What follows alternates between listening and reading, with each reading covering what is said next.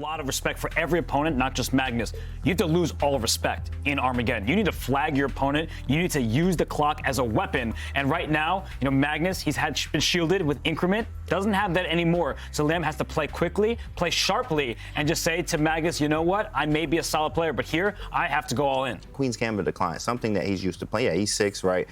Something cool here, okay, maybe. Yeah, and Queen's Gambit decline. Here we go. Catalan again. Wow. What is this? Deja vu.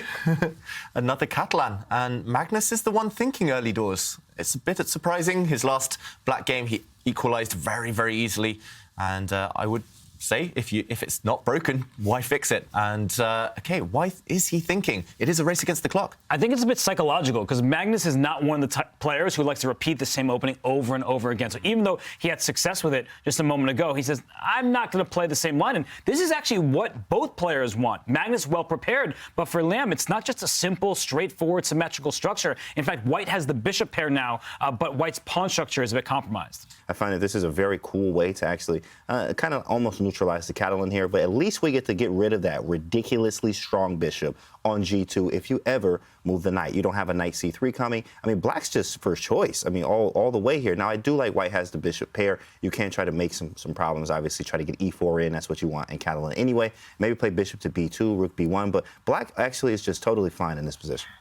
Black might be totally fine, but Liam's strategy is clear. Keep all pieces, as many pieces as you can on the board, and try and run Magnus low on the clock. Any trades favor Magnus, and Robert, is that the reason why he's gone for a central break with C5? There'll be tension. You can flag your opponent later, but pieces will come off. Magnus is so good at turning things his way. And, OK, a bit of a mysterious pawn push there. Magnus now, I'm pretty sure, will just move his queen out, connect the black rooks, bring them to the centre. Nothing to worry about here. Just rock solid, and all you need is a draw. Perfect scenario for Black.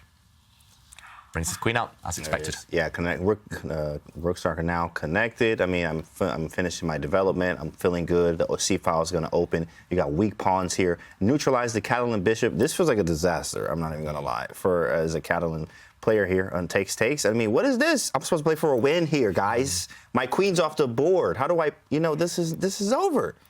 Yeah, at least he's improved his pawn structure. What is Small this? gains here. But, yeah, after this pawn capture, if the white knight goes and takes this pawn back, actually you end up losing material. You have to be really careful how you recapture this pawn. OK, he brings his rook to the centre. Let's just show that on the board. If you were hasty here, if you were greedy and took this pawn back after a trade of bishops, whoops, this is a double attack, a fork, and you lose a piece, lose the Armageddon immediately. So the white rook has slid across, but now Magnus is simply going to occupy the open file. I'm not sure which rook you use, but he's going to bring his rook in, and Black is fine.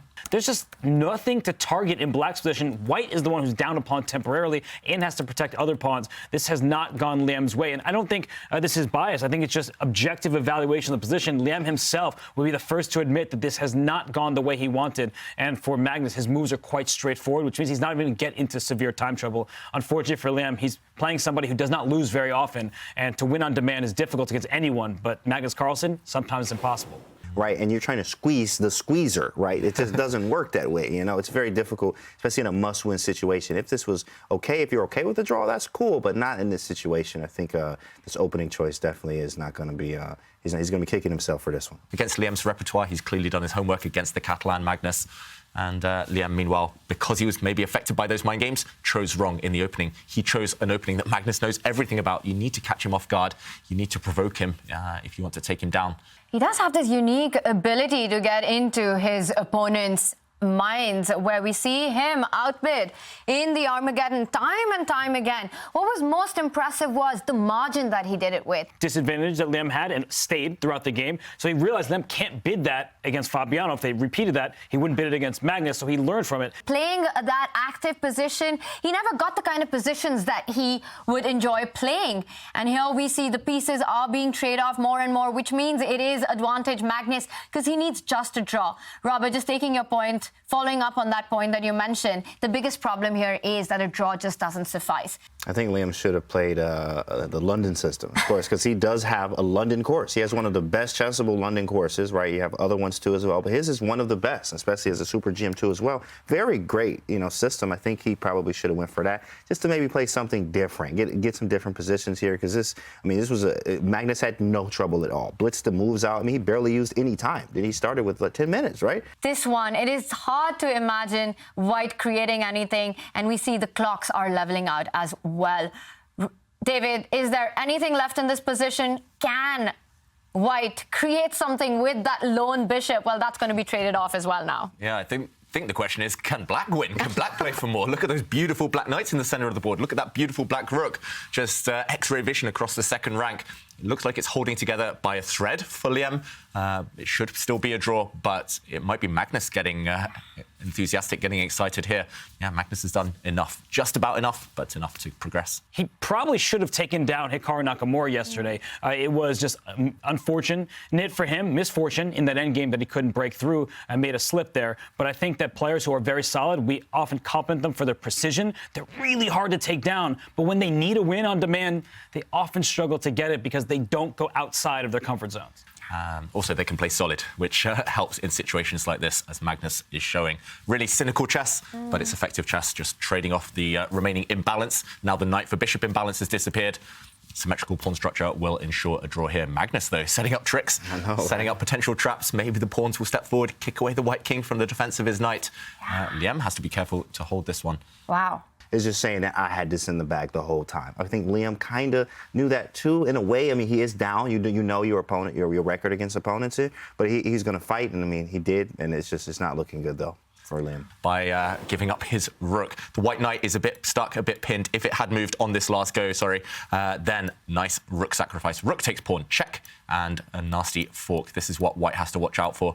Next move, the rook will disappear, and black would be with the advantage. 4 versus 3. Meanwhile, white moved his rook, but this did allow Magnus now to throw in a check. And just to show what happens if the pawn is captured, it has been captured, the first pawn at least. Rook takes knight, rook takes knight, rook takes pawn, everything off the board. 2 versus 2, draw immediately. I love the difference between American English and British English. You say Hoover, we say vacuum. Vacuum off those pieces. You know, it's okay. I get it, but I'm just saying, you know, I appreciate it. You know, our differences is what makes us special, and Is that what?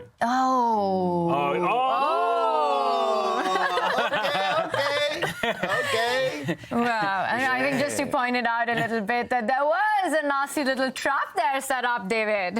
Yeah, if rook takes knight, I think everyone got excited for a second by rook takes knight. It looks like it wins because after king takes, there's a nasty knight fork, and black picks up the white rook. But don't forget about those checks. Watch out, because suddenly white flicks in a check. The king moves. Now after king takes rook, the king and rook are sufficiently far apart for them to avoid any forks. Black would have blundered here.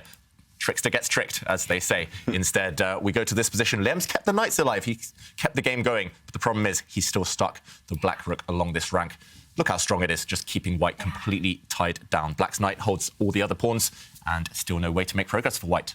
Yeah. Liam with a little less than 5 minutes and a position where it's hard to imagine white making any progress. Well, he is going after the H-pawn, but both these pawns are going to be traded off, James? Absolutely. I get one, you get one, same. Appreciate it, right? You know, thank you, buddy. Appreciate it, right? Take, and then that's really it. We got to move the knight. You have to take, and maybe put the knight on F5. Very strong post for it. Maybe go to E3 after that. There it is. Knight F5 played.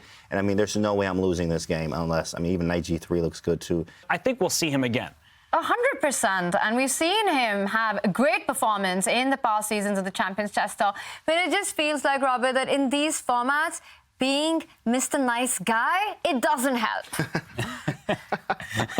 Gotta be nasty. Gotta be nasty, right? Yeah. Oh, man. Yeah, I mean, as Robert pointed out to me, Liam played great chess here. This is a draw. 3 draws. I didn't lose, right? I mean, I didn't lose, but I'm still getting eliminated. And not even worse in any position, in any game. Correct.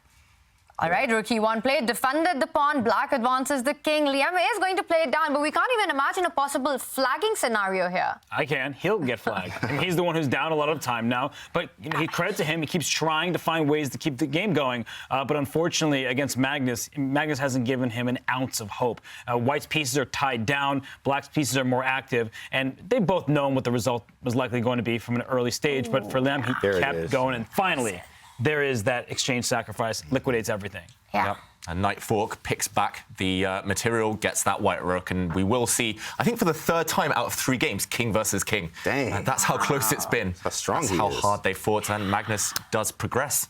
He does, and it is the end of the road for Liam. A heartbreaking moment, but Liam...